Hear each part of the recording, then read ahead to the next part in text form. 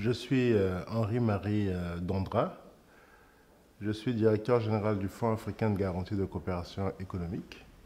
Je réside à Cotonou et je suis de passage ici à Montereau, plus précisément en France.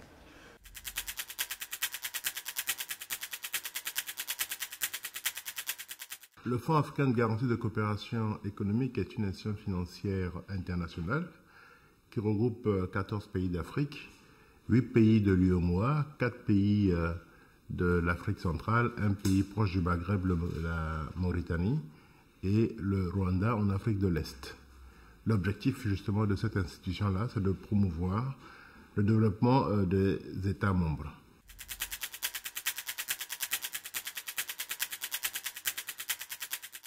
Bon, je pense que grâce à la participation aussi de mes collaborateurs, je pourrais dire que nous avons un bilan assez modeste.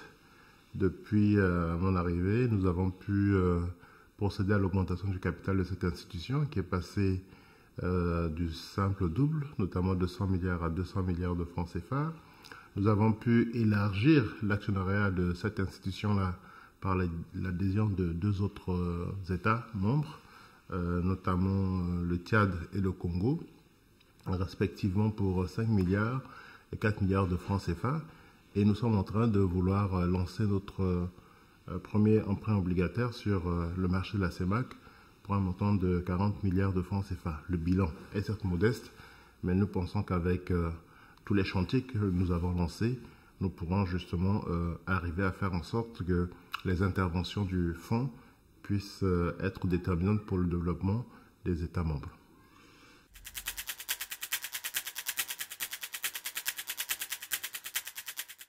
Oui, c'est le cofinancement direct. Vous savez que si en 38 ans d'existence, le FAGAS a pu faire rien que de la garantie, aujourd'hui j'envisage, après autorisation du conseil d'administration et du conseil de gouverneurs, arriver à faire du cofinancement direct. Alors là, c'est un projet qui me tient à cœur et j'espère que la réunion de l'UMAC, notamment des ministres des Finances de la zone CEMAC, me permettra justement d'arriver à atteindre ce but-là.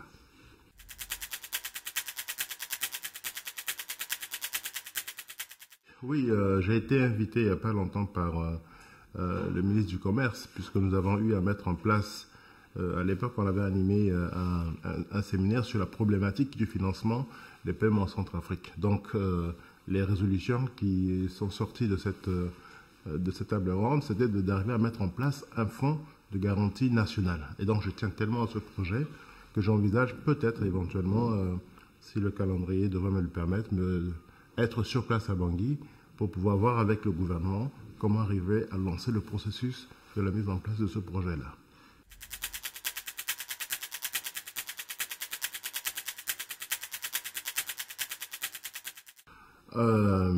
Vous savez bien que la République centrafricaine est un État membre, est un pays membre du FAGAS. Donc la coopération, elle est bonne.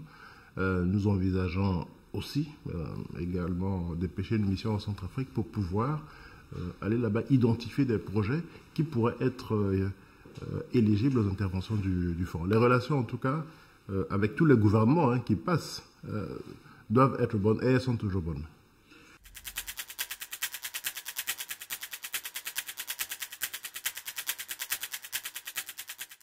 En fait, je pense que si le gouvernement a des projets, notamment en ce qui concerne la mobilisation de ressources, si effectivement le gouvernement pense que le fonds peut les accompagner dans la recherche, dans la mobilisation ou bien dans le montage de ce processus lié à la mobilisation de ressources, bien, le FAGAS est disposé à le faire puisque nous avons l'expertise en la matière et je pense que avec les échanges que j'ai eus avec certaines autorités de la transition, je pense que c'est quelque chose qui peut vraiment se faire. Mais toujours est-il qu'il faudrait qu'il y ait d'abord la mise en place d'un programme d'urgence qui prenne en compte, je dirais, toutes les aspirations de l'heure, notamment les problèmes de la sécurité qui est indispensable, la restauration de l'État sur toute l'étendue du territoire.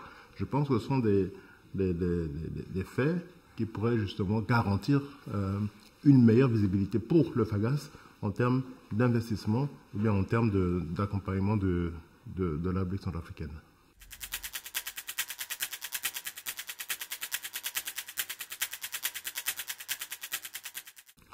Écoutez, je vais vous donner un exemple de la Côte d'Ivoire. La Côte d'Ivoire a traversé aussi une situation difficile comme la nôtre en République centrafricaine. Eh bien, à ce moment précis, le FAGAS était présent quand il s'agissait de financer le secteur du café-cacao. Donc, je ne pense pas que le rôle du FAGAS aujourd'hui, c'est de tourner le dos à la République centrafricaine. Non. Par contre, ce qu'il faudrait faire, c'est qu'il faudrait que l'État relance la consommation interne de notre pays. Relancer comment? C'est déjà résoudre les problèmes liés à la dette interne.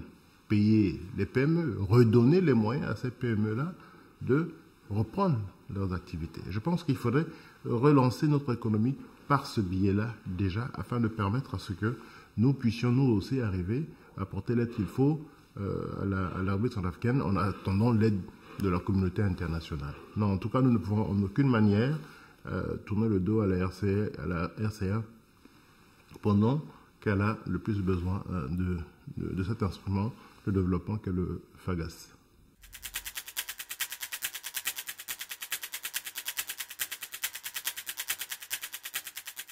Alors, je crois qu'il y a des organisations qui existent, hein. Ils ont des associations. Vous avez, je pense, le guichet unique qui est là. Vous avez le ministère des PME qui fonctionne, qui a été mis au goût du jour. Donc, je crois qu'effectivement, ils ont toutes les structures qui devraient leur permettre justement de reprendre leurs activités, à condition, bien sûr, que l'État remplisse les siennes, notamment en tenant ses engagements, notamment le paiement de tout ce que l'État doit à ses entrepreneurs.